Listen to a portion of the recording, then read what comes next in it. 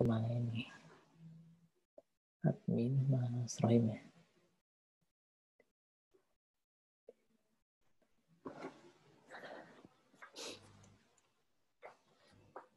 Mas Rohim masih di sini nggak ya? Ini adminnya siapa ya? Ini yang ini Pak, apa namanya? Cabangan yang di kelas, laptop yang di kelas. Oh ya udah. Iya. Saya mulai aja lah. Nanti yang lainnya nyusul kan bisa ya. Iya Pak. Baiklah. Assalamualaikum warahmatullahi wabarakatuh. Waalaikumsalam warahmatullahi wabarakatuh.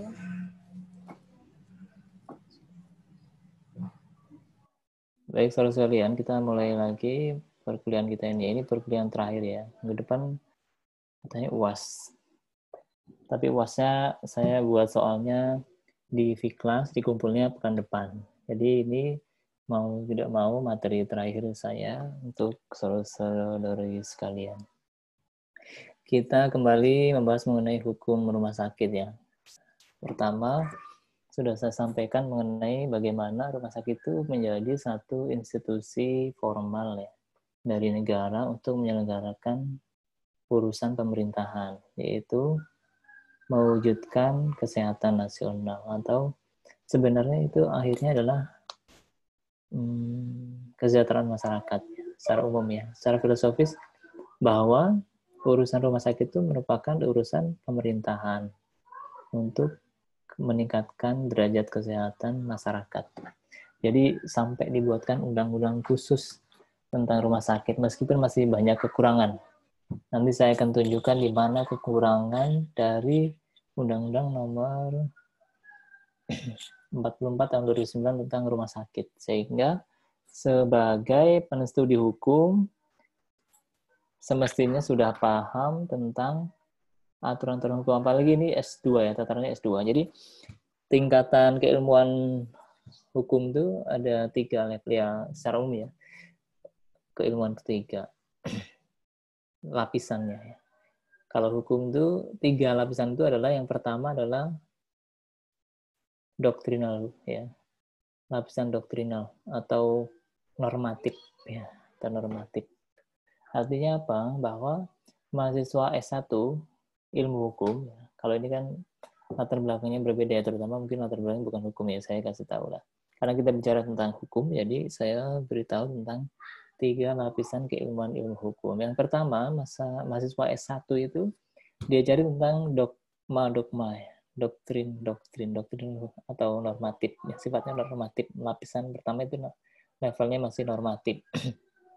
Maksudnya diajarin tentang peraturan perundang-undangan, tentang undang-undang, membaca undang-undang ya, sehingga mereka nanti kan arahnya setelah lulus itu menjadi tukang hukum, atau bahasa harusnya itu praktisi hukum. Bagaimana dia nanti pada posisinya itu bukan pembentukan hukum, karena belajar hukum itu ada 2 hal penting ya.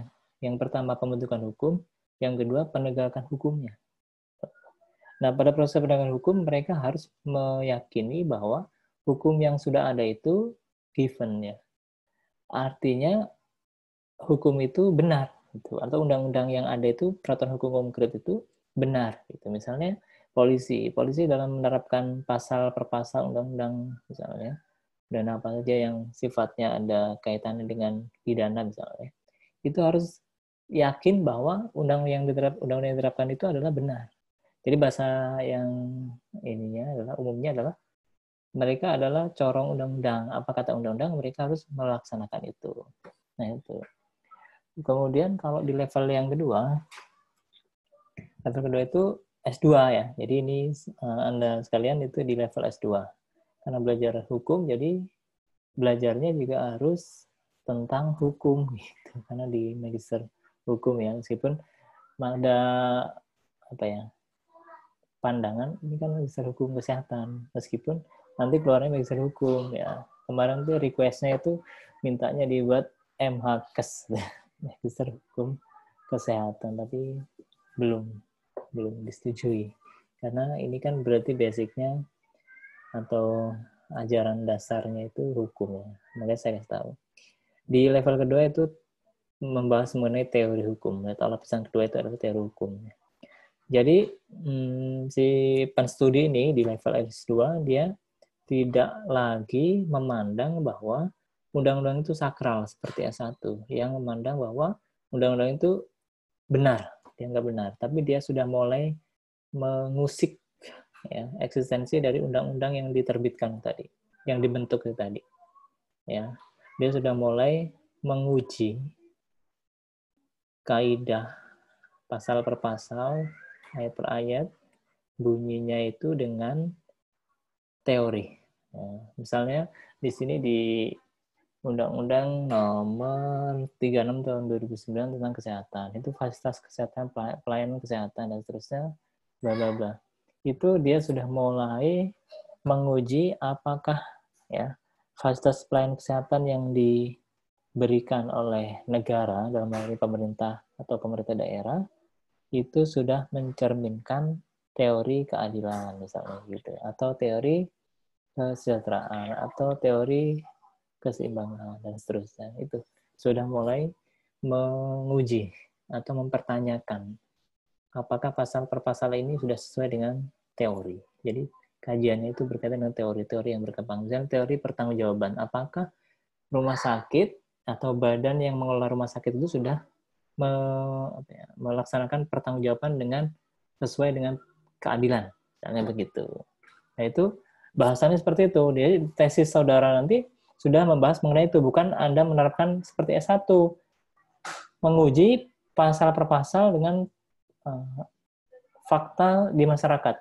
Misalnya pasal tentang pencabulan. Fakta pencabulan mengatakan bla bla bla bla bla, anak di bawah umur, ini berarti pencabulan dengan yang berkaitan dengan undang-undang tentang perlindungan anak. Nah, ini harus diterapkan saklek. Nggak boleh kita mempertentangkan undang-undangnya, tapi bertentangan itu dengan prakteknya. Apakah praktek misalnya polisinya dan menanganinya itu sesuai dengan peraturan ini atau tidak? Masyarakatnya juga apakah sesuai dengan peraturan itu tidak, dan seterusnya. Jadi tolak ukurnya itu batu ujinya itu ada undang-undang yang diterapkan. Tapi kalau ini tolak ukurnya adalah atau batu ujinya adalah teori. Gitu. Undang-undangnya apa yang diuji? Teorinya. Tapi kalau yang S1 tadi batu ujinya itu adalah undang-undang, yang diuji adalah praktek di lapangannya. Ada stolen dan sin ya. Nah, kalau ini kita bicara tentang S2 itu tentang bagaimana teori itu diterapkan dalam pasal per pasal atau dalam sistem hukum.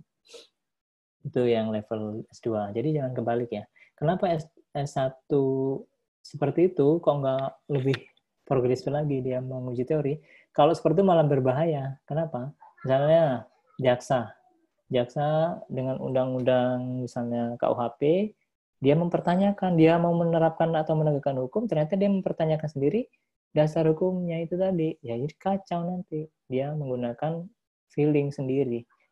Tidak dengan undang-undang yang sudah ada. Itu mencederai rasa keadilan bermula dari ketidak ada kepastian hukumnya. Karena kepastian hukum itu terukurnya jelas undang-undang gitu, yang sudah harus diterapkan.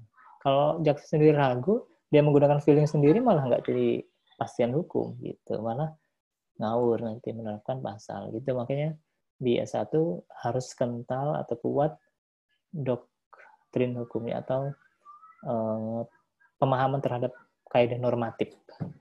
Nah, S2 sudah mulai menguji tentang tolak ukur itu teori. Nah, di S3 beda lagi. Nanti Anda bisa, kalau setelah ini Anda jadi pejabat tinggi, kemudian mau S3, kebetulan saya pengelola di S3, Doktor Ilmu Hukum, Universitas Lampung. Jadi, sering berinteraksi dengan mahasiswa S3 yang sedang mengambil studi ya, di S3 tadi. Apa kaitannya? Di S3 itu sudah mulai berbicara tentang asas, ya, asas misalnya asas praduga tak bersalah atau asas keadilan dan seterusnya, kemanfaatan dan seterusnya. Diterapkan dalam sistem hukum di Indonesia atau dalam undang-undang. Kita undang-undang KUH pidana misalnya banyak mahasiswa S3 itu dari pidana ya, karena banyak kan jaksa ya, praktisi hukum. Dia menguji undang-undang itu dengan batu ujinya itu adalah Ini dari asas misalnya asas yang lain itu asas itu tadi praduga bersalah tak bersalah, atau asas pertanggungjawaban korporasi misalnya yang diterapkan dalam undang-undang PT misalnya, apakah sudah sesuai atau belum atau kurang di bagian seterusnya, maka ada nanti novelty atau kebaruannya dari ini. Oh, ternyata di sistem hukum Indonesia, misalnya sistem hukum pidana Indonesia tidak mengenal misalnya pertanggungjawaban, ya, pertanggungjawaban korporasi, maka kemudian dibuatlah ide baru tentang pertanggungjawaban korporasi. Tidak hanya person aja, tapi korporasi juga bisa mempertanggungjawabkan. Nah, gitu ya. Nah, kita kembali pada pembahasan kita mengenai hukum rumah sakit. Kita mulai dari, saya bahas sedikit ya tentang core business dari penyelenggara rumah sakit itu sendiri. Kelihatan nggak ini? Oke, di sini. Core business rumah sakit. Sebenarnya apa sih? Kalau kita lihat di Undang-Undang 45, dasar Undang-Undang 1945 ya, atau konstitusi, di pasal 28H ayat 1, setiap orang berhak hidup sejahtera lahir batin, bertempat tinggal dan mendapatkan lingkungan hidup yang baik dan sehat, serta berhak memperoleh pelayanan kesehatan. Nah, kita ingin melihat apa sih core business-nya itu, yang waktu itu di beberapa pertemuan yang lalu sudah saya sampaikan tadi. Pasal 34 ayat 3, negara bertanggung jawab atas penyediaan fasilitas pelayanan kesehatan dan fasilitas pelayanan umum yang layak. Kemudian di bawahnya diderivasi dalam undang-undang tentang kesehatan, undang-undang rumah sakit sendiri, dan praktik kedokteran. Di undang-undang tentang kesehatan, pasal 1 angka 7, ini ketentuan umumnya. Fasilitas pelayanan kesehatan itu apa sih? Yaitu suatu alat dan atau tempat yang digunakan untuk menyelenggarakan upaya pelayanan kesehatan baik promotif, preventif, kuratif, maupun rehabilitatif yang dilakukan oleh pemerintah, Pemda, dan atau masyarakat. Di masyarakat juga bisa melakukan perorangan, misalnya klinik dan seterusnya. Undang-Undang 44 tahun 2009 tentang rumah sakit sendiri di pasal 1 angka 1 mengatakan rumah sakit adalah institusi pelayanan kesehatan yang dimaksud di tadi ya di Undang-Undang tentang kesehatan yang menyelenggarakan pelayanan kesehatan perorangan secara paripurna, yang menyediakan pelayanan rawat inap, rawat jalan, dan gawat darurat. Jadi pasal 31 ternyata ada yang tadi pelayanan kesehatan itu kalau ditanya gratis apa nggak gratis. Nah, ini di pasal 31 terjawab. 30 ayat 1 terjawab. Menerima imbalan jasa pelayanan ya. Jadi tenaga kesehatan itu menerima imbalan jasa pelayanan. Ya, jasa pelayanan. Jadi dia itu bergerak di bidang jasa ya.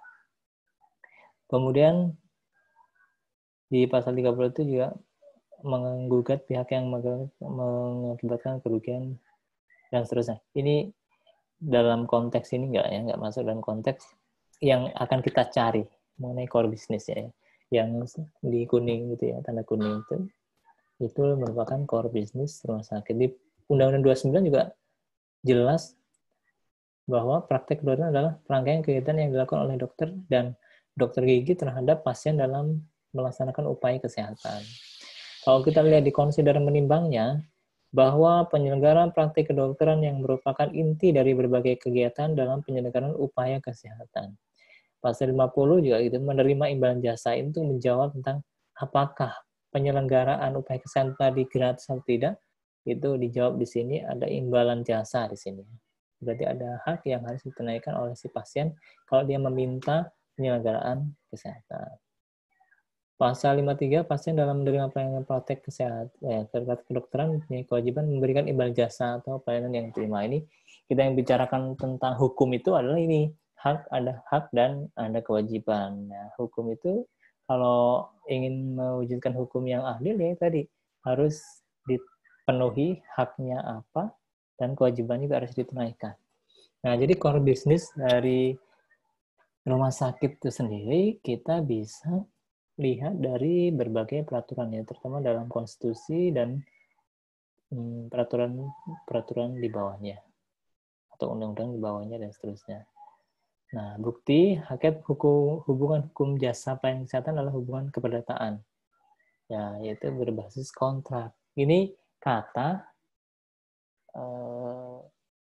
dosen atau akademisi bidang hukum perdata. Ya boleh, nggak salah.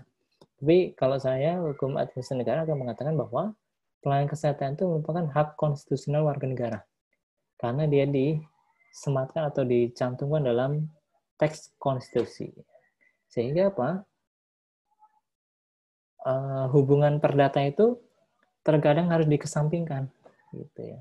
Memang iya, secara personal, si pasien dengan dokter itu hubungannya perdata. Tapi secara konstitusional adalah hak pasien untuk mendapatkan pelayanan kesehatan. Karena dokter itu melakukan tindakan hukum pemerintahan, yaitu menjalankan urusan pemerintahan di bidang kesehatan.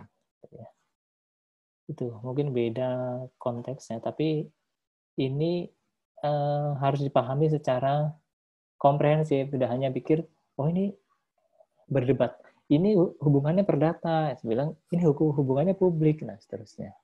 Tidak demikian, karena ini bisa dilihat dari berbagai perspektif. Ada juga ini hubungannya adalah pidana, kalau dalam konteks malpraktik dan seterusnya. Nah kita lihat ini nggak perlu ya, saya nggak akan bicara tentang ini. Ini kan formil ya. Anda bisa lihat sendiri ya, secara normatif dalam tentang peraturan perundang-undangan mengenai syarat pendirian rumah sakit. Saya nggak ngajarin tentang bagaimana mendirikan rumah sakit itu, tidak. Kalau itu Anda pelajari sendiri dengan syarat-syarat sudah ditentukan. Termasuk juga ada kaitannya dengan Undang-Undang Nomor 11 Tahun 2020 ya, Cipta Kerja yang banyak menuai protes ya mengenai investasi, perizinan, berkaitan dengan perizinan. Apakah kemudian pihak swasta, bukan swasta saja, tapi pihak asing bisa mendapatkan izin dengan mudah atau tidak di bidang pelayanan kesehatan, yang sebenarnya ini menjadi tanggung jawab pemerintah. Nah, gitu. Nah, ini kembali lagi pada hubungan publik gitu ya, bukan hubungan perdata. Nih, ini rumah sakit ya. Ini perizinan rumah sakit ya. Bla bla bla, ini di Permenkes ya. Ini bisa berubah-ubah ya, sesuai dengan kebutuhan. Jadi tahun 2010 ya, mestinya harus direvisi. Kenapa? Karena dengan berlakunya Undang-Undang Nomor 11 Tahun 2020 tentang Cipta Kerja itu mempermudah perizinan orientasinya. Jadi izin rumah sakit juga pasti terdampak ya dalam konteks investasi dan percepatan ekonomi di Indonesia. Ya. Nah, ini sekarang saya masuk ke tindakan kedokteran. Ini penting sekali ya, karena core bisnis tadi kan pelayanan ya. Jadi pelayanan itu adalah tindakan. Saya bilang dalam konteks hukum administrasi negara, tindakan itu adalah tindakan hukum pemerintahan yang dia akan berakibat hukum terhadap itu tadi yang melakukan tindakan. Tapi kalau hukum perdata, dia kan seimbang ya antara masyarakat atau sebagai pasien dengan dokter sebagai penyelenggaranya. Ya, itu basisnya adalah kontrak. Ya. Tadi kita lihat di sini ya, ini juga akan secara sumir membahas tentang hubungan kontrak tadi. Undang-Undang 44 tahun 2009 tentang rumah sakit di pasal 37 ayat 1 menyatakan setiap tindakan kedokteran harus memperoleh persetujuan dari pasien, kecuali pasien tidak cakap atau pada keadaan darurat. Ya, ini. Jadi Anda harus melihat pada yang saya ini tandain merah itu persetujuan. Kata persetujuan antara dari pasien ya, atas tindakan yang dilakukan oleh dokter misalnya, itu adalah hubungan kontrak, ya, hubungan keperdataan. Makanya orang perdata, ini bagian hukum perdata ini gitu ya. Kita lihat lagi. Dari pasien kecuali pasien tidak cakap atau pada keadaan darurat. Nah, kata cakap ini apa? Dalam hal apa? Cakap itu apakah belum dewasa, ataukah dia dalam pengampuan, ya misalnya dia tidak mampu untuk melakukan tindakan-tindakan fisik misalnya, itu cakap ya, cakap. Jadi cakap itu dalam hukum itu bisa dalam konteks hukum keperdataan atau dalam hal physically ya, yang dianut ya. Misalnya dia belum dewasa, belum cukup umur ya, dan seterusnya. Terus dilihat lebih detail lagi. Persetujuan tersebut diberikan secara lisan atau tertulis. Persetujuan tertulis hanya diberikan pada tindakan kerugian berisiko tinggi.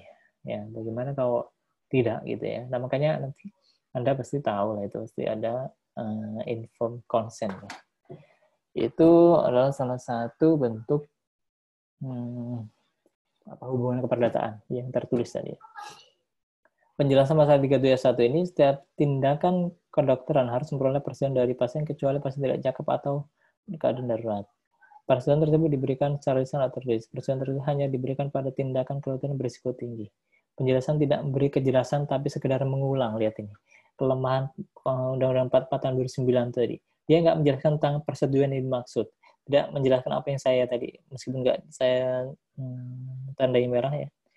Kata cakap ini dalam hal apa? Kemudian lisan atau tertulis. Tertulis oleh siapa? Oleh dia sendiri atau siapa? Kemudian berisiko tinggi. Berisiko tinggi nggak ada tolak ukurnya. Kita sebagai masyarakat umum nggak paham. Orang korengan saja. Korengan saja itu kalau di tindakan yang tidak tepat itu bisa berbahaya. Bisa berakibat fatal. Korengan saja. Apakah itu termasuk berisiko rendah? Gitu. Padahal kadang malah justru bisa berisiko tinggi. Nah, penjelasan pasal ini kan hanya mengulang saja. Ini kelemahannya ini. Dalam pembentukan peraturan perundang-undang ini jelas tidak tidak teliti ya, atau sebenarnya dia males memberi penjelasan ya terhadap itu. Karena sekedar mengulang berarti memang kelemahannya banyak gitu. Jadi di level S2 Anda harus melihat yang hal seperti ini. Misalnya penjelasannya kok nggak memperjelas, malah cuma mengulang gitu. Berarti kan nggak jelas. Nah, berarti ini bertentangan dengan teori pertanggungjawaban, pembentukan peraturan perundang-undangan ya. Nah, format kontrak medis pada dasarnya bebas bentuk, kecuali yang berisiko tinggi. Kebebasan berkontrak atau contractual obligatory. Jadi, berkaitan dengan format ini, informed consent tadi, format tidak ada bentuk yang baku. Bisa dibentuk. Tapi ada beberapa hal yang harus Anda pahami. Kalau namanya kontrak ya, itu harus dua belah pihak ya. Dua belah pihak. Antara dokter dengan pasien. Kemudian ada saksi. Saksi. Minimal 2 saksi. Dan itu harus berkaitan dengan bagaimana saksi itu, kalau dalam kontrak itu, bukan pihak yang punya kepentingan di luar itu harusnya. Gitu ya. Tapi yang ada informed consent-nya itu sekedarnya saja. Gitu. Nah, kalau kita lihat di sini ya, di Permenkes tahun 2008 tentang persetujuan tindakan kedokteran, pasal 1 persetujuan tindakan kedokteran adalah persetujuan yang diberikan oleh pasien atau keluarga terdekat setelah mendapat penjelasan secara lengkap mengenai tindakan kedokteran atau kedokteran gigi yang akan dilakukan terhadap pasien. Ini harus dijelaskan lebih detail ya, keluarga terdekat itu siapa saja. Itu keluarga terdekat ini. Apakah ipar itu merupakan keluarga terdekat? Karena punya hubungan emosional tinggi misalnya.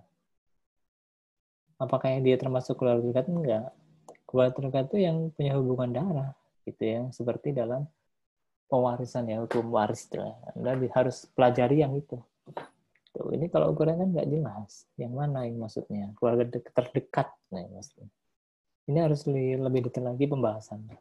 Di pasal 7 ayat 3, penjelasan tentang tindakan kedokteran sebagai dimaksud pada ayat 1 sekurang-kurangnya mencakup diagnosis dan tata cara tindakan kedokteran. Ya. Tujuan tindakan kedokteran yang dilakukan, alternatif tindakan lain dan resikonya, resiko dan komplikasi yang mungkin terjadi, prognosis terhadap tindakan yang dilakukan dan perkiraan pembiayaan. Nah ini ya. Jadi ini adalah anatomi kontrak medis, isi persetujuan tindakan kedokteran atau informed consent. Yang ada, saya lihat beberapa contohnya itu hanya persetujuan dan persetujuan untuk melakukan bahwa pasien menyetujui tindakan yang dilakukan oleh dokter dan tidak melakukan gugatan apapun. Itu untuk justru menyatakan bahwa tindakan dokter itu harus dimaafkan kalau melakukan kesalahan atau mengamankan dokter sendiri gitu. Jadi untuk mengamankan secara hukum dokter atau petugasnya. Ini saya bicara pada petugas medis, tapi suatu ketika Anda juga akan berposisi atau saudara itu berposisi sebagai pasien. Sehingga namanya kontrak tuh harus imbang antara hak dan kewajiban. Gitu. Kewajibannya apa? Misalnya memberikan imbalannya bagaimana, seberapa besarnya sesuai dengan hak yang diterima, gitu ya. Di pasal 7 juga udah diatur. Gitu. Inform consent itu isinya ya tentang ini, tentang hak dan kewajiban karena kontrak sifatnya. Nanti Anda perhatikan sendiri inform consent yang ada di beberapa rumah sakit yang dibuat oleh manajemen rumah sakit ya. Itu kok cuma sederhana sekali, hanya sekedar persetujuan dan permintaan supaya tidak menuntut. Gitu ya. Ini sekedar kayak mengamankan saja, mengamankan tindakan dokteran tadi. Nah, kita lihat ya pasal-pasal ini ya. Ini di slide ini yang terakhir ini. Pasal 46 Undang-Undang Rumah Sakit. Pasal 46 kita lihat ya. Rumah sakit bertanggung jawab secara hukum terhadap semua kerugian yang ditimbulkan atas kelalaian yang dilakukan oleh tenaga kesehatan di rumah sakit. Nah, ini pertanggungjawaban. Ini teori pertanggungjawaban. Anda kalau mempelajari ini harus paham tentang teori pertanggungjawaban, baik perdata, pidana maupun administrasi negara. Nah, ini menimbulkan pertanyaan di pasal 46 ini.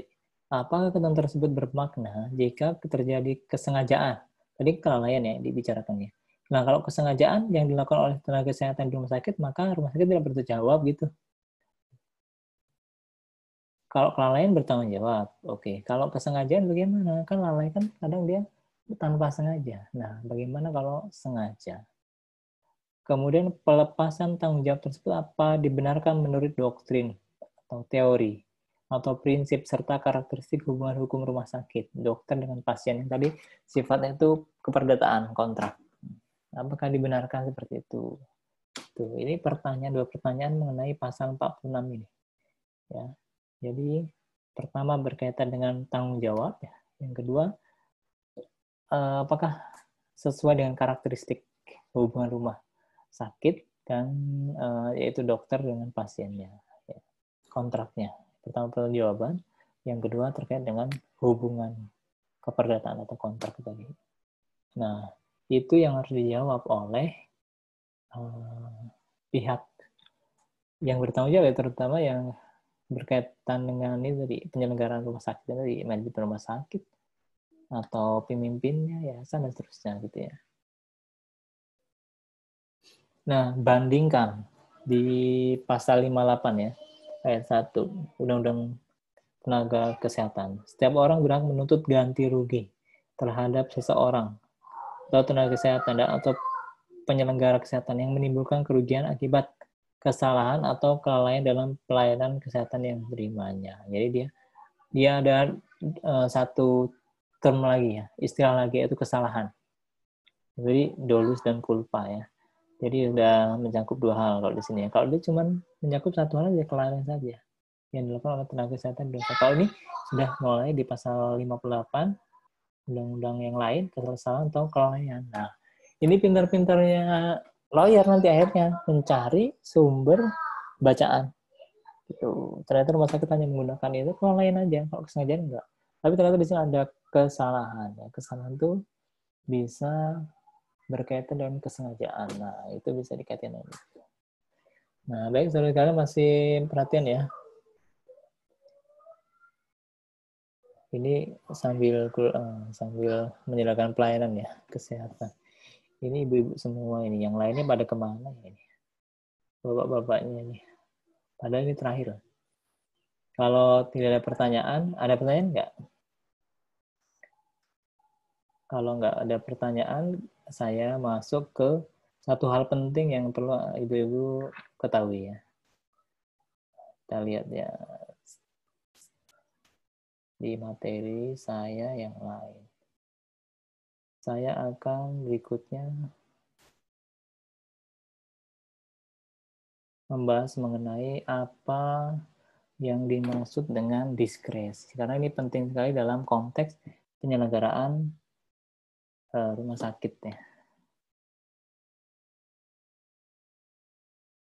Kok nggak bisa ya ini kenapa?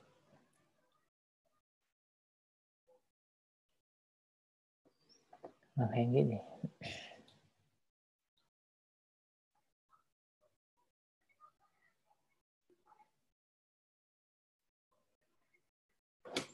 Oh, sebentar ya.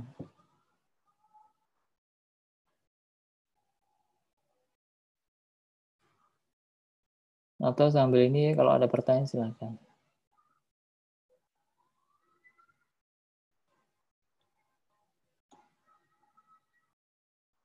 Ada? Ini kok, wah yang ini laptopnya ini.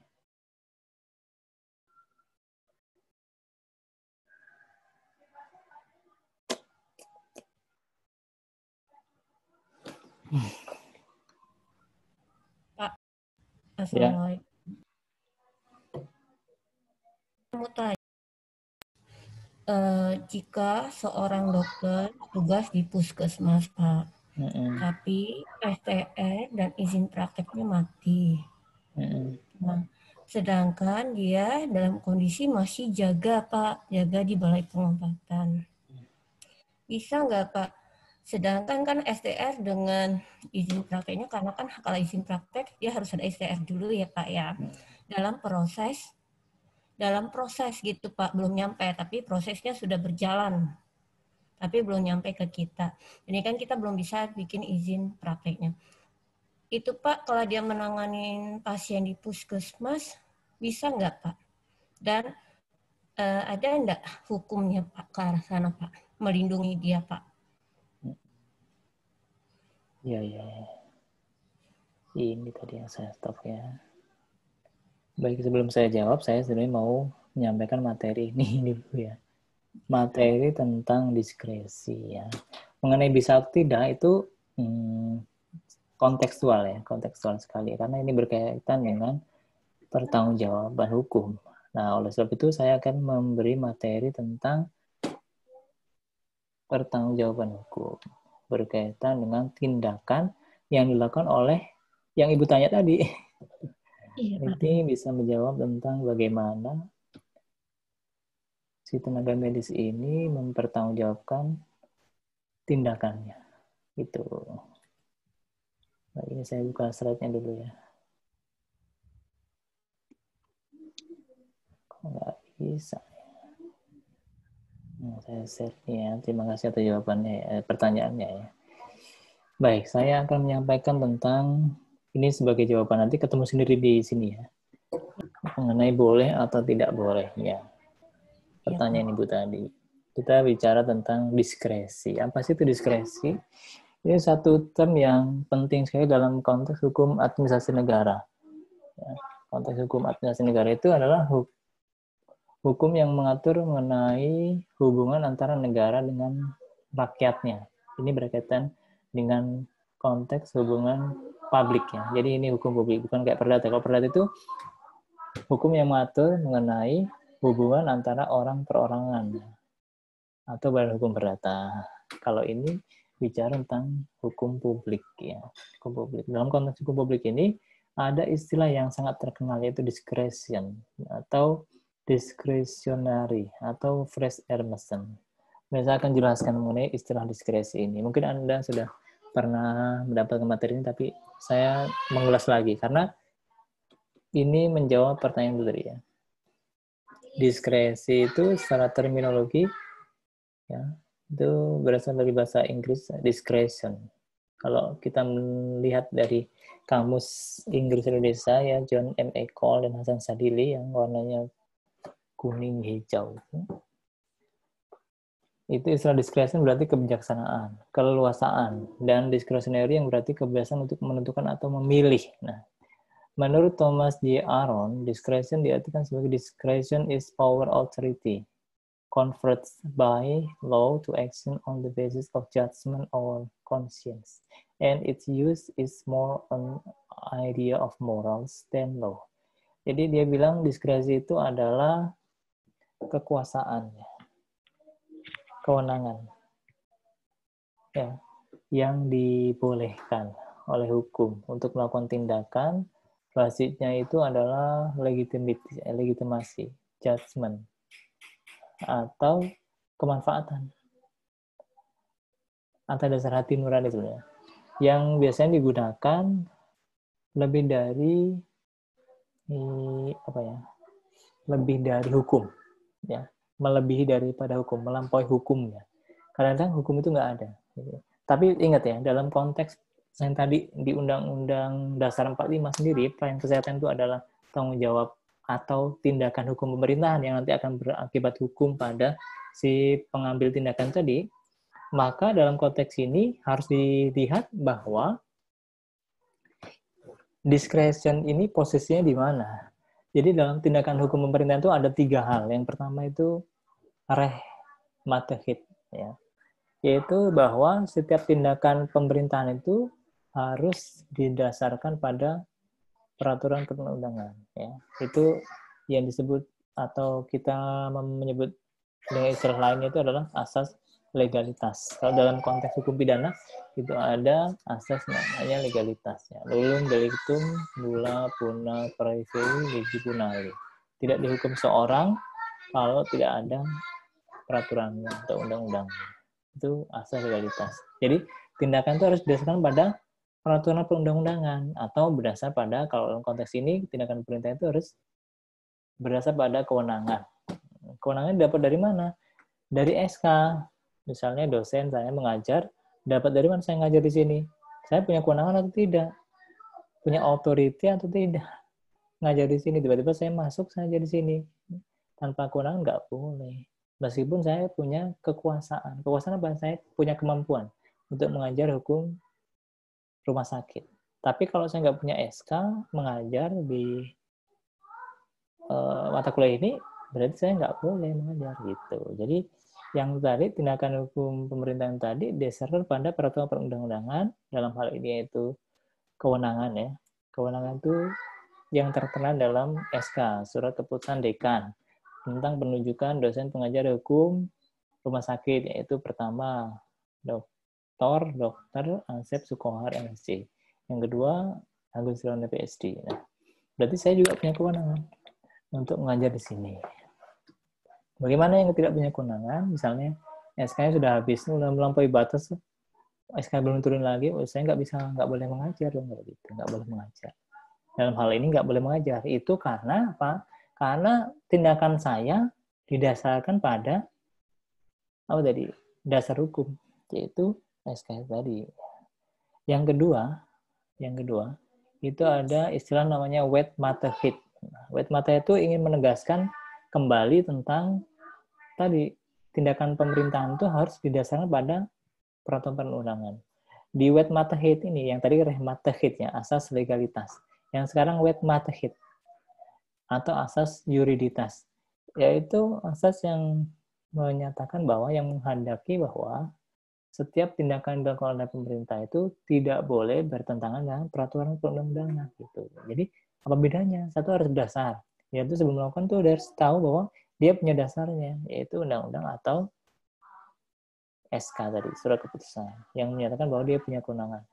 Kemudian yang kedua, wet matter itu dia menjalankan tindakan-tindakan, misalnya saya ngajar, bla bla bla, tapi saya nggak boleh melanggar peraturan perundang-undangan. Itu ya. Jadi bedanya tipis sekali. Yang keduanya itu sama-sama menegaskan tentang asas legalitas dan asas yuriditas. Berarti kita harus on the track, ya, atau on the rule of law. Karena kita negara hukum. Jadi setiap tindakan kita itu baik negara maupun masyarakat itu harus berdasar pada ketentuan peraturan perundang-undangan. Nah, yang ketiga, ini yang seperti ditanyakan tadi, ya, yaitu sebagaimana menurut Thomas J. Aron. Ya, discretion is power authority conferred by law action on the basis of judgment or conscience, ya, atas dasar hati nurani kemanfaatan. Dan dia itu lebih daripada hukum, lebih dari hukum. Artinya apa? Bahwa yang ketiga ini adalah namanya diskresi atau fresh air mesin dalam bahasa Jermannya. Discretion itu atau asas, kalau tadi reh matehit, yang kedua wet matehit, yang ketiga dul matehit. Dul matehit itu berarti asas yang menghendaki bahwa setiap tindakan itu didasarkan pada aspek kemanfaatan. Ya, kadang-kadang dia lebih daripada moral of law, ya, lebih daripada hukum itu sendiri. Kenapa seperti itu? Nah, nanti akan saya jelaskan kenapa bisa ada dalam tindakan pemerintah itu diatur tadi nggak boleh, harus berdasarkan pada undang-undang, tidak boleh bertentangan dengan peraturan perundang-undangan. Yang ketiga, boleh melakukan tindakan bebas berdasarkan pada inisiatif sendiri. Nah, kita lihat diskresi dalam pengertiannya di Undang-Undang Nomor 30 tahun 2014 ya, tentang penyelenggaraan tentang penyelenggaraan pemerintahan ya. Undang-Undang PP tentang administrasi pemerintahan, AP, Undang-Undang Administrasi Pemerintahan. Pasal 1 angka 9 dijelaskan tentang diskresi.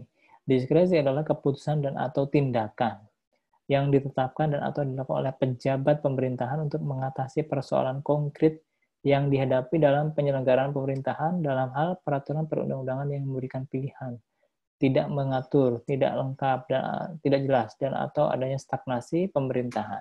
Coba kita perhatikan kata-kata yang berkaitan ini, ada syarat melakukan diskresi itu.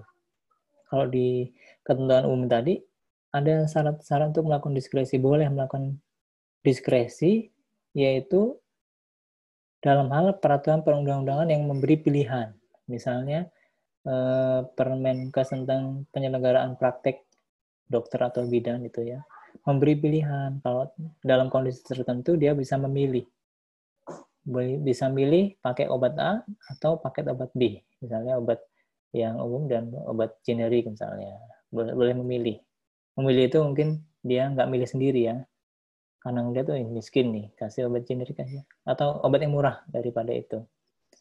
Tapi lihat dari pertimbangan apa? Tanya dulu sama pasiennya, mau obat generik nggak apa-apa. Oke, nggak apa-apa. Berarti itu pilihan ya, sifatnya pilihan. Tidak mengatur. Nah, kadang-kadang ada peraturan yang tidak mengatur masalah tentang misalnya berobat jalan. Berobat jalan maksudnya kan setiap praktek kedokteran, misalnya klinik atau praktek kebidanan itu ada, dia punya nggak mengatur secara detail mengenai misalnya wanita yang melahirkan di klinik kebidanan ini harus setelah melahirkan harus nginep selama 1 minggu. Nah, dengan pertimbangan sendiri dia bisa melakukan tindakan kebidanan dengan mengatakan ini harus minggu di sini dulu gitu, karena supaya pelayanan kesehatan itu maksimal misalnya gitu. Itu pertimbangan dia sendiri. Karena peraturan perundang juga nggak mengatur sedetail itu. Atau misalnya kalau sekarang yang lagi viral tuh ada bidan yang menggunakan metode tertentu dalam kehamilan. Misalnya dengan tiup, dengan metode tiup-tiupan. Jadi nggak perlu mengejan dengan kuat, tapi cukup dengan tiup-tiup. Nah, itu kan peraturan perundang nggak sampai ke sana, tidak mengatur ke sana. Boleh. Sebatas tadi nggak bertentangan dengan peraturan perundang-undangan, sebatas masih dalam kewenangannya. Kewenangan apa? Yaitu membantu proses penyembuhan. Kemudian tidak lengkap atau tidak jelas. Nah, ada peraturan yang tidak jelas ini mengaturnya, seperti yang tadi. Misalnya kelalaian yang dimaksudnya seperti apa? Atau cakap itu maksudnya apa? Gitu. Dia memang secara usia dia sudah cakap secara usianya ya. Tapi kemampuan untuk melakukan tindakan hukumnya nggak ada. Misalnya dia cacat dan seterusnya. Nah, psikologisnya terganggu. Itu kan berarti dia tidak cakap. Misalnya dalam keadaan mabuk. Menurut tanda tangan dia umurnya udah cukup, 21 misalnya, untuk melakukan kontrak. Ternyata dia itu dalam kondisi overmah, paksa, atau dalam kondisi yang tidak memungkinkan. Misalnya mabuk dan kondisi sakit, nggak konsen, dan terusnya. Itu kan auto di bawah tekanan tadi saya bilang. Nah, itu berarti bisa dihukumi berbeda. Dan atau adanya stagnasi pemerintahan. Misalnya begini, kalau stagnasi pemerintahan itu ada kemandekan dalam pemerintahan kalau si penyelenggara pemerintahan itu ya termasuk bukan pemerintah saja ya, gubernur, wali kota dan seterusnya, bukan itu. Tapi penyelenggara pemerintahan itu ya Bapak Ibu sekalian yang menyelenggarakan urusan pemerintahan. Tapi kan saya swasta. Nah, ini harus dipahami bahwa mau baik negeri maupun swasta, karena dia menyelenggarakan urusan pemerintahan, maka dia bertanggung jawab juga dalam hal urusan pemerintahan tadi. Jadi nggak di luar perbincangan kita mengenai tindakan pemerintah. Kalau jangan sampai kita bicara, saya kan swasta, bukan pemerintah. Pemerintah kan negeri, saya kan luar negeri, artinya swasta. Nggak begitu ya, nggak begitu. Karena ini urusan pemerintahan secara umum, dalam konteks hukum atas negara, dia tetap bertanggung jawab secara administratif. Dan atau ada instansi pemerintahan ini bisa diartikan bahwa kalau dia tidak melakukan tindakan itu, tindakan medis misalnya, maka tidak jalan ini urusan pemerintahan ini gitu. Misalnya ada masyarakat datang dan itu waktunya udah jam sekian ini gitu. Tapi darurat. Atau gini, misalnya dalam kondisi COVID ini, di awal-awal pandemi COVID itu ada kebingungan, ya, nggak ada instruksi dari menteri-menteri baru ganti, belum ada instruksi mau mengatasi COVID ini kayak mana gitu ya. Terjadi kemandekan, kayak mana caranya mengatasi seperti ini. Akhirnya pasien-pasien itu menumpuk. Tapi karena nggak ada kejelasan, instruksi dan seterusnya, maka timbullah apa yang disebut dengan diskresi oleh manajemen puskesmas misalnya, diatur supaya kepala puskesmas mengatur bahwa ini belum ada aturannya untuk memberi obat apa ini, gimana caranya. Akhirnya atas diskresinya sendiri, pikiran dia sendiri, untuk kemanfaatan atau dul materi, pemanfaatan asasnya ya, belum ada aturannya, kasih apa ini, kasih akhirnya berdasarkan pada gejala yang ada, ini kasih paracetamol, multivitamin, sama pereda nyeri. Nah, 3 obat itu yang obat utama. Nah, dia bisa menggunakan itu. Kan meskipun belum ada instruksi, ini harus pengenangannya berbeda, ini belum ada di awal-awal seperti itu, belum ada cukmisnya ya. Atau kalau dalam konteks ini ada namanya Billings-Regal, peraturan kebijakannya. Nah, konsepnya begini, diskresi merupakan kewenangan pejabat administrasi pemerintah untuk mengambil keputusan pemerintahan yang bebas, karena belum diaturnya suatu hal tertentu dalam peraturan perundang-undangan yang ada. Yang kedua, diskresi dapat memberikan manfaat yang positif ya. Kalau negatif, itu nanti akan diuji. Diskresinya itu ternyata tidak hati-hati. Nah, ini melanggar asas kecermatan. Jadi misalnya, saya dalam kondisi saya kan memang punya kemampuan. Kapasitas kemampuan itu dalam hal itu ada 2. Waktu itu sudah saya jelaskan ya. Kewenangan itu ada 2 hal. Kalau tenaga medis itu, yaitu kewenangan profesi dan kewenangan hukum. Saya punya kewenangan profesi. Tapi pada kondisi dia nggak punya kewenangan hukum. Kewenangan profesinya itu apa sih? Kapasitas dia atau kemampuan dia untuk menyelenggarakan urusan tadi, upaya penyelenggaraan kesehatan. Nah, dia punya kewenangan itu, kewenangan profesi namanya. Tapi dia tidak dibarengi dengan, karena kita negara hukum, kewenangan profesi itu tidak serta-merta bisa digunakan.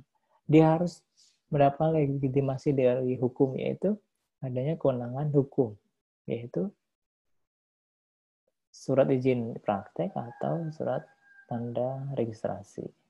Bukan apa itu, dua-duanya ya. Sekarang harus dua-duanya harus ada. Gitu. Nah, kalau memberi efek positif, dia posisinya dia tidak berdasar pada rehmatahi tadi, nggak punya dasar hukumnya, dia menyelenggarakan profesinya tadi. Dia punya kemampuan, punya kewenangan profesi, tapi tidak punya kewenangan hukum. Dia menyelenggarakan saja, karena kondisi bla bla bla menurut pertimbangannya dia harus melakukan ini. Tapi ternyata dampaknya negatif. Itu akan diuji dengan bukan hukum, karena hukumnya kan membolehkan tadi kan ya. Meskipun dia tidak punya dasar hukumnya, kewenangan yang misalnya SK atau surat izin nanti nggak punya ya, atau habis masa berlakunya, dia tetap melakukan tindakan itu asas dasar inisiatif sendiri atau dasar diskresi tadi, dul matahid. Dia mempertimbangkan manfaatnya lebih besar, tapi ternyata malah negatif hasilnya. Misalnya terjadi kegagalan. Nah, dia harus mempertanggungjawabkannya. Ujinya apa? Asas kecermatan dalam memilih tindakan yang dilakukan. Itu nanti dia bisa terkena sanksi administratif karena tindakan tadi ya. Nah, saya lanjutkan ya. Bagi terselenggaranya kegiatan pemerintahan yang berkesinambungan dan tidak terhambat oleh keusahan hukum yang ada, namun demikian diskresi dapat menimbulkan dampak yang negatif apabila di dalam pelaksanaan justru melanggar rambu-rambu hukum yang ada serta bertentangan dengan norma-norma yang ada di masyarakat dan bertentangan dengan kepentingan umum. Nah, ini asas pemerintahan yang baik itu ya, yang saya maksud tadi barusan. Nah, ketentuan pokoknya begini, kapan dan bagaimana diskresi dapat dilakukan. Sampai sejauh mana diskresi dapat memutuskan suatu tindakan administrasi pemerintahan, daya laku dari diskresi itu bagaimana. Siapa saja yang dapat membuat diskresi. Kemudian pihak mana saja yang dapat menjadi objek dari diskresi. Ini sebenarnya masih panjang perbincangan kita tentang diskresi itu. Karena menjawab ini berkaitan dengan siapa saja yang dapat membuat diskresi tadi, berkaitan dengan kewenangan. Dan saya ada materi khusus tentang kewenangan, tapi nggak selesai. Mungkin di materi kuliah yang lain Anda mungkin sudah mendapatkan. Tinggal dipelajari saja. Di Undang-Undang Nomor 30 tahun 2014 tentang administrasi pemerintahan. Terutama di pasal 22 sampai 32. Ya, Anda lihat di situ tentang diskresi. Kategorisasi diskresi, penyalahgunaan wewenang bila, ya. Kalau terjadi penyalahgunaan wewenang itu seperti apa sih? Terjadi penggunaan wewenang tidak sesuai dengan tujuan. Misalnya, dia seorang tenaga medis, ya. Dia punya wewenang untuk melakukan upaya kesehatan, membantu proses pengobatan si pasien tadi. Ya. Tapi ternyata kewenangan itu tidak sesuai dengan tujuannya. Tujuannya kan untuk membantu proses penyembuhan. Tapi ternyata digunakan untuk kepentingan yang lain. Misalnya untuk kepentingan politik misalnya. Kan sekarang ada ya dokter-dokter yang sudah mulai berkecimpung di dunia politik praktis. Nyalon jadi wali kota. Misalnya di wali kota Metro itu kan dokter ya. Tapi menang loh. Meskipun dari jalur independen ya. Nah itu misalnya dia melakukan upaya itu untuk tujuan yang lain. Misalnya pencitraan dan seterusnya. Tuh. Seperti kalau nggak salah ini, nanti salah saya. Salah satu menteri itu buat pencitraannya, Rekayasa dan seterusnya ini. Ini joke aja. Nggak beneran. Karena hukum yang akan menentukan. Kita hanya berasumsi saja, namanya masyarakat. Yang kedua, terjadi penggunaan tujuan yang tidak sesuai dengan maksud wewenang itu diberikan. Dan penggunaan prosedur yang salah. Sedangkan dalam arbitrarius, diskresi dinilai melanggar prinsip proporsionalitas. Ya. Jadi, diskresi itu, ukuran itu bukan hukum, tapi batu ujian itu adalah asas-asas pemerintahan yang baik, proporsionalitas, profesionalitas, efektif, efisien, kemanfaatannya, kemudian asas akuntabilitas, transparansi, dan seterusnya. Bila suatu diskresi tidak memenuhi kedua prinsip dan unsur tersebut, maka dalam prakteknya sulit bagi hakim PT-UN, karena mengujinya di PT-UN, untuk menilai apakah diskresi tersebut telah masuk dalam penyalahgunaan wewenang, melanggar peraturan atau tidak. Kita lihat ya, hak dan kewajiban pejabat pemerintahan. Pasal 6 ayat 2 huruf E menggunakan diskresi itu sesuai dengan tujuannya. Di pasal 7 ayat 2, pejabat pemerintahan memiliki kewajiban mematuhi undang-undang ini dan dalam menggunakan diskresi. Ya. Jadi harus secara cermat dan teliti menggunakan diskresi itu, karena akibatnya balik ke si pembuat ya, si atau penentu kebijakan tadi. Di pasal 22 ini ya. Diskresi hanya dapat dilakukan oleh pejabat pemerintahan yang berwenang. Berarti kalau namanya ya, ada bidan, ada asisten bidan melakukan tindakan pengobatan misalnya. Kemudian bidan ini suatu ketika dia tidak ada di tempat. Berarti ada satu asisten bidan yang dia itu nggak punya STR, nggak punya apalagi izin praktek. Ya. Berarti apa itu kewenangan itu? Jadi ada proses namanya pelimpahan kewenangan. Nah, gitu. Dia kan bidannya lagi lama lagi. Ada pasien masuk, dia melakukan tindakan kebidanan, padahal dia nggak punya itu. Nah, itulah yang dimaksud sebagai dilema dalam diskresi. Apakah dia bisa melakukan diskresi? Nah, itu pertanyaan yang diajukan. Tidak boleh melakukan diskresi, karena dia bukan yang punya kewenangan. Yang boleh melakukan diskresi itu hanya yang punya kewenangan. Kalau nggak punya kewenangan, dia nggak boleh melakukan diskresi. Tapi kan kewenangan sudah berpindah Kata siapa? Ada paling tidak ada 3 ya, sumber kewenangan tadi. Yang pertama atributif. Atributif itu dari peraturan perundang-undangan. Bidan mendapatkan STR dan SIP. Itulah dasarnya pada kewenangan ya. Kemudian yang kedua adalah delegatif. Delegatif kewenangan yang diberikan tapi tidak ditarik kembali. Jadi diberikan misalnya dokter kepada dokter yang lain. Nah, itu kan kewenangan delegatif. Artinya kewenangan itu tidak bisa begitu saja kemudian diambil lagi. Tapi sudah dilimpahkan dan tetap sifatnya. Yang ketiga mandat. Nah, sumber kewenangan itu berasal dari mandat. Mandat itu misalnya bidan dengan asisten bidan. Dari atasan ke bawahan misalnya. Dia mandat. Artinya mandat itu sewaktu-waktu bisa diambil kembali kewenangan itu. Misalnya untuk melakukan proses penyembuhan. Nah, dalam konteks mandat ini tadi, karena dia nggak punya kewenangan yang absolut, sehingga dia tidak bisa melakukan tindakan seperti bidan tadi. Dia kalau melakukan tindakan kesalahan, yang tanggung jawab siapa? Ya bidan yang punya kewenangan. Karena dia melimpahkan kewenangan secara mandat tadi. Yang bertanggung jawab tetap yang memberi mandat, bukan yang penerima mandat. Beda dengan atribusi atau delegasi tadi. Kalau delegasi kan diberikan kepada orang yang selevel. Nah, dokter kepada dokter. Misalnya dokter ini, saya memang spesialis jantung, tapi saya lagi dalam kondisi yang tidak mood, atau saya ada keperluan di luar misalnya, kemudian politik atau apa mau, atau dia lagi perjalanan sehingga dia tidak bisa menangani kasus ini, dia limpahkan kepada dokter jantung lainnya. Kemudian setiap penggunaan diskresi pejabat pemerintahan bertujuan untuk melancarkan penyelenggaraan pemerintahan, mengisi kekosongan hukum, memberikan kepastian hukum, dan mengatasi stagnasi pemerintahan dalam keadaan tertentu dengan kemanfaatan ya, dan kepentingan umum. Ya. Bukan kepentingan pribadi ya. Kepentingan pribadi itu misalnya, saya terima aja. Ada pasien masuk kan nanti dapat duit. Nah, itu kepentingan pribadi. Kalau kepentingan umum itu kan ya kita ingin menyelamatkan jiwa manusia. Kemanfaatan itu atas dasar kemanusiaan. Kemudian lingkup diskresi itu apa? Diskresi pejabat pemerintahan meliputi ini, pengambilan keputusan dan atau tindakan berdasarkan ketentuan peraturan perundang-undangan yang memberikan suatu pilihan keputusan atau tindakan. Secara spesifik seperti ini ya. Pengambilan keputusan dan atau tindakan karena peraturan perundangan tidak mengatur.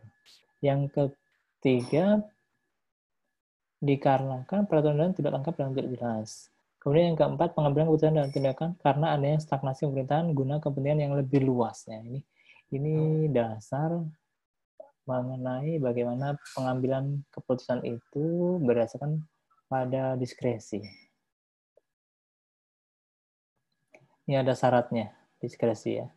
Kalau Anda tadi, pertanyaan Anda, bagaimana Pak? Kalau seperti itu, ada syaratnya.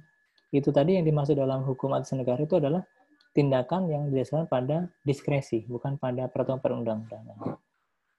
Ya. Syaratnya apa? Pejabat pemerintahan yang menggunakan diskresi harus memenuhi syarat. Yang pertama, sesuai dengan tujuan diskresi sebagaimana dimaksud dalam pasal 22 yang sudah saya jelaskan tadi. Tidak bertentangan dengan ketentuan peraturan perundang-undangan. Ya, misalnya, ketentuan peraturan perundang-undangan dalam Permen Kesehatan misalnya mengatur mengenai pelayanan kesehatan prima atau optimal itu standarnya seperti ini minimalnya. Nah, kita buat standar yang lain di bawah standar minimal, jelas salah, nggak sesuai dengan peraturan perundang-undangan berarti. Itu bisa kena pertanggungjawaban hukum. Kemudian sesuai dengan AUPB atau Sesmum Pemerintahan yang Baik. Ya. Karena asas dalam Undang-Undang Nomor 28/99 tentang penyelenggaraan pemerintahan yang membahas korupsi, kolusi, nepotisme. Itu di pasal 5. Ada berapa 7 misalnya AUPB ya, profesionalitas, akuntabilitas, transparansi, efektivitas, cermat, dan seterusnya. Berdasarkan alasan-alasan yang objektif, bukan subjektif ya, karena melihat ini pasien ini kaya, jadi gimana caranya ini? Nggak berkaitan dengan alasan objektif gitu. Tidak menimbulkan konflik kepentingan. Misalnya ini kepentingan politis ini, jadi harus dibantu dan seterusnya. Itu nggak bagus. Tidak diperbolehkan secara hukum. Dan dilakukan dengan itikat baik, karena kita ingin membantu kan ya, bukan atas dasar tadi, karena kita mau mendapatkan imbalan, karena core bisnis pelayanan kesehatan tadi adalah core bisnis rumah sakit atau penyangga pelayanan itu adalah pelayanan yang implikasinya pada adanya insentif, yaitu berupa imbalan. Maka kemudian harus dilakukan dengan itikat baik. Baik itu memang nggak ada tolak ukurnya, tapi tolak ukurnya adalah nurani. Diskresi mengubah anggaran. Jadi kalau Anda manajemen rumah sakit atau klinik itu, atau pemerintah ya, di klinik atau di rumah sakit pemerintah ya, terutama ini. Pasal 25 diatur mengenai penggunaan diskresi yang berpotensi mengubah alokasi anggaran wajib memperoleh persetujuan dari atasan pejabat sesuai dengan ketentuan peraturan perundang-undangan. Ya, misalnya di rumah sakit Abdul Muluk ya, ini kepala rumah sakitnya misalnya, dia ingin melakukan tindakan promotif terkait dengan COVID-19 ini. Caranya gimana supaya untuk untuk mengurangi membeludaknya masyarakat yang ke rumah sakit, dia melakukan upaya promotif berupa penyuluhan, promosi atau pasangan iklan tentang 3M dan seterusnya. Masyarakat diimbau lah. Ini tentu merubah anggaran lebih besar lagi.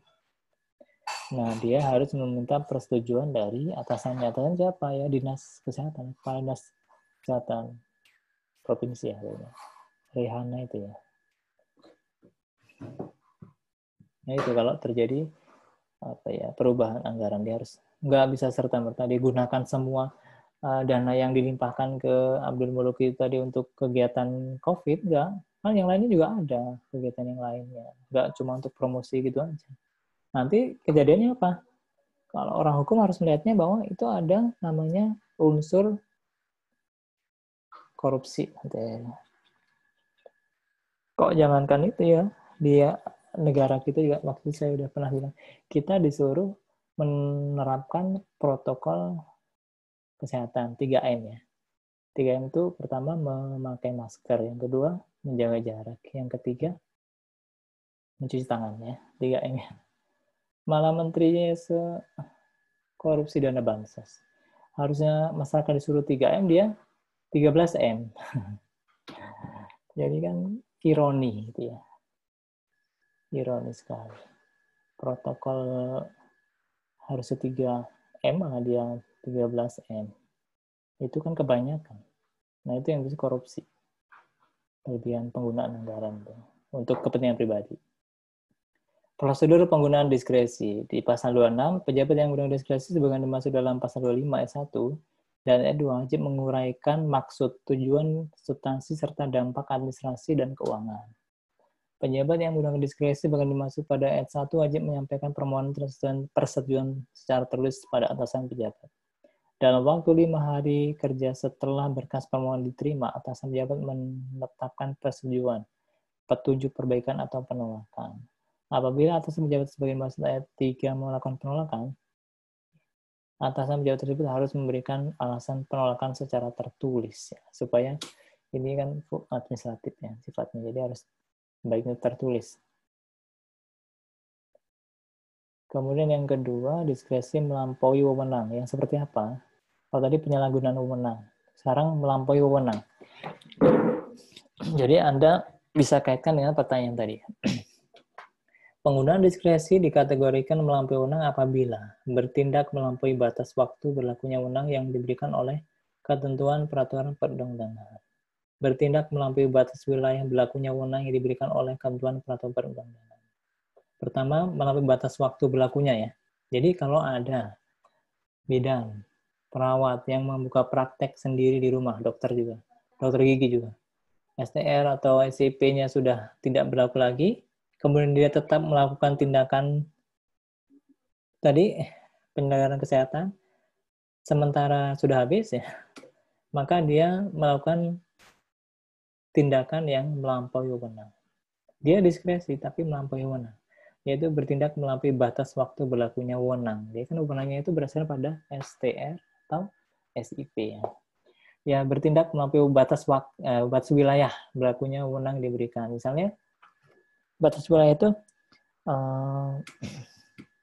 Ini nih, di Bekasi itu kan masuk wilayah, Bekasi itu masuk wilayah mana? Jawa Barat maksudnya. Bukan masuk wilayah DKI Jakarta. Nah, tapi Gubernur DKI Jakarta itu juga menerapkan PSBB di Bekasi. Padahal Bekasi itu masuk ke wilayah Jawa Barat yang Gubernur Jawa Barat itu nggak menerapkan PSBB. Nah, itu salah. Itu melampaui batas wilayah. Kemudian tidak sesuai dengan ketentuan pasal 26, pasal 27, dan pasal 28 itu sudah saya sampaikan. Yang kedua, akibat hukum dari penggunaan diskresi dimaksud pada ayat 1 menjadi tidak sah. Ya, itu ya. Jadi kalau Anda melakukan tindakan hukum, berarti tindakan hukum saudara tadi tidak sah karena melampaui wewenang saudara berkaitan dengan batas waktu atau batas wilayah kewenangan. Nah, kemudian terakhir yang ketiga adalah diskresi mencampur adukan wewenang. Diskresi, dia melakukan diskresi tapi mencampur adukan wewenang. Apa sih kriterianya? Penggunaan diskresi dikategorikan mencampur adukan wewenang apabila menggunakan diskresi tidak sesuai dengan tujuan wewenang yang diberikan. Ya, hampir sama itu tadi ya. Sebenarnya ini undang-undang ini saya agak mengkritik ini. Di sini di penyalahgunaan kewenangan atau kewenangan diskresi itu dibagi tiga dimensi. Yang pertama adalah penyalahgunaan wewenang, kedua adalah melampaui wewenang, yang ketiga mencampur adukan wewenang. Padahal sebenarnya sama saja seperti teori awalnya. Teorinya itu cuma dua saja, yaitu penyalahgunaan wewenang dan sewenang-wenang. Gitu. Jadi ada, kalau dalam bahasa Indonesia itu abuse of authority atau penyalahgunaan wewenang. Yang kedua ada sewenang-wenang, tindakan sewenang-wenang, yaitu arbitrary. Ternyata di Undang-Undang 30 2014 ini tentang administrasi pemerintahan dibagi tiga diskresi itu. Yang salah, diskresi yang salah, yaitu pertama penyalahgunaan wewenang, yang kedua melampaui wewenang, yang ketiga mencampur adukan wewenang. Tapi nggak apa, ini juga bisa digunakan karena ini yang harus diterapkan, bukan yang tadi itu yang teori. Jam berapa ya? Udah mau jam 12.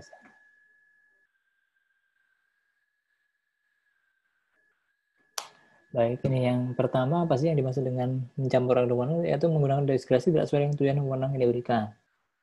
Ya, makanya ini akhirnya hampir sama dengan yang tadi, penyalahgunaan wewenang tadi. Yang B tidak sesuai dengan ketentuan pasal 26, 27, dan 28, dan atau bertentangan dengan AUPB yang akibat hukum dari penggunaan diskresi sebagai dimaksud pada 1 dapat dibatalkan. Nah, ini ada akibat hukumnya. Tadi tidak sah kalau melampaui wewenang, kalau ini mencampur adukan kewenangan dapat dibatalkan. Artinya gini, dia tetap berjalan. Tapi itu kan salah ya, salah. Mencampur adukan itu salah secara hukum. Tapi dia bermanfaat. Itu. Kalau nggak ada orang atau pihak lain yang membatalkan, yang meminta untuk membatalkan, ya tetap berjalan boleh-boleh saja. Tapi kalau ada pihak lain yang membatalkan, berusaha untuk komplain, itu baru yang dimaksud dengan kata dapat dibatalkan. Kalau tidak sah, tanpa perlu ada yang komplain, ya dia harus batal. Yang tadi ya. Karena dia melampaui wewenang. Harus batal demi hukum ya. Karena tidak sah. Ya. Nih, diskresi tindakan sewenang-wenang. Nah, ini malah sewenang-wenang ya. Ini yang berkaitan yang saya bilang tadi, diskresi tadi, penyalahgunaan wewenang dan diskresi perbuatan sewenang-wenang. Penggunaan diskresi dikategorikan sebagai tindakan sewenang-wenang apabila dilakukan oleh pejabat yang tidak berwenang. Tidak berwenang itu misalnya tadi, misalnya asisten dokter atau asisten bidan itu nggak punya kewenangan, tapi dia tetap menyelenggarakan urusan kesehatan, misalnya membuat resep, memeriksa, itu nggak punya kewenangan. Akibat hukumnya dari penggunaan diskresi sebagaimana dimaksud pada ayat 1 ini menjadi tidak sah. Ya, sama tadi. Tanpa perlu ada yang mengkomplain, menyatakan itu batal atau tidak sah, itu sudah pasti tidak sah. Karena dia tidak punya kewenangan.